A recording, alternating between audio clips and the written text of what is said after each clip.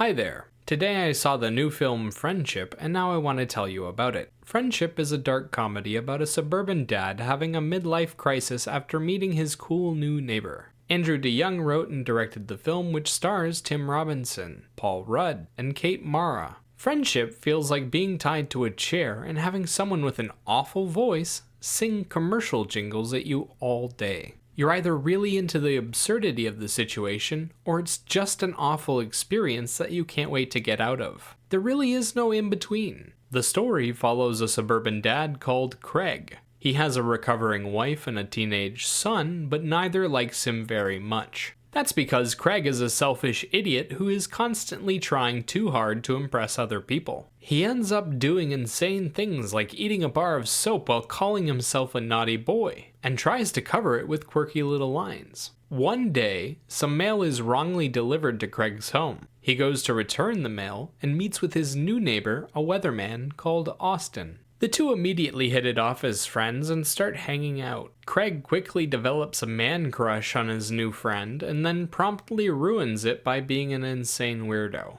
From there, the story follows Craig's life as it falls apart. Okay, to be upfront, I just didn't like this film. I don't find cringe humor funny, and Tim Robinson's brand of cringe is basically the only thing this film has to offer. Other than Tim, it's just people laughing at him or being weirded out by him, and a negative journey. If you like Tim's brand of humor, then you might actually be quite entertained by this. It has a lot of cringe humor. At some points, the film even negates the impact of its own story to make even more room for Tim. They hit you with sketch after sketch until the end, when they hit you with one last sketch. The cast also does a fairly good job with what they're given. They're asked to play normal people trying to put up with Craig's nonsense, and they do a wonderful job with their reactions. Paul Rudd and Kate Mara do an especially good job of being sympathetic towards Craig while still being totally over his behavior. Tim Robinson is the star of the film, and like I said, it's all him. He's cringe as hell and could outcompete Woody the Woodpecker for most annoying creature alive. That said, he's really good at being that unlikable guy. He elicits all the right emotions from the audience, and if you're into it, all the right humor. No one is quite as good at looking like a fool. Visually, the film is very basic. It follows Craig in his day-to-day life with one weird little side trip into the sewers.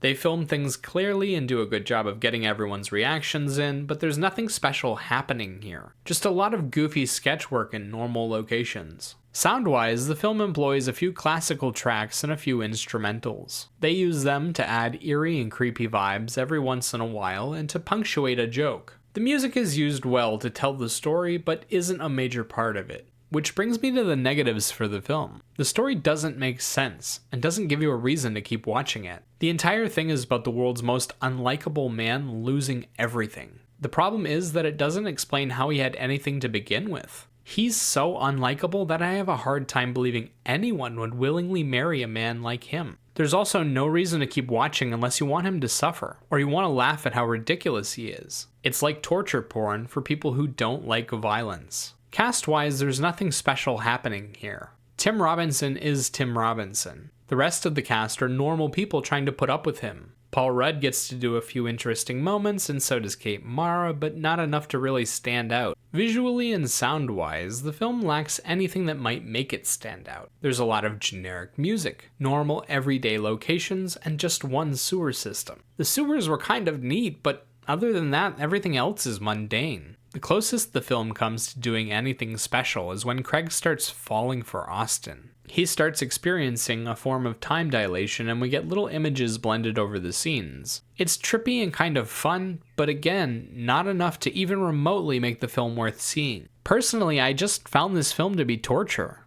I practically had to stick toothpicks in my eyes to keep them open because nothing happened, aside from Craig acting like an insane stalker. Like, I get it, he's awkward and weird. Either make him grow, or don't make content this long. It just feels like mashing a dead horse into paste. If you like this kind of thing, maybe you'll get something out of it. But for me, this is a solid 4 out of 10. Remember, these are just my thoughts. Let me know what you think in the comments below. Bye bye.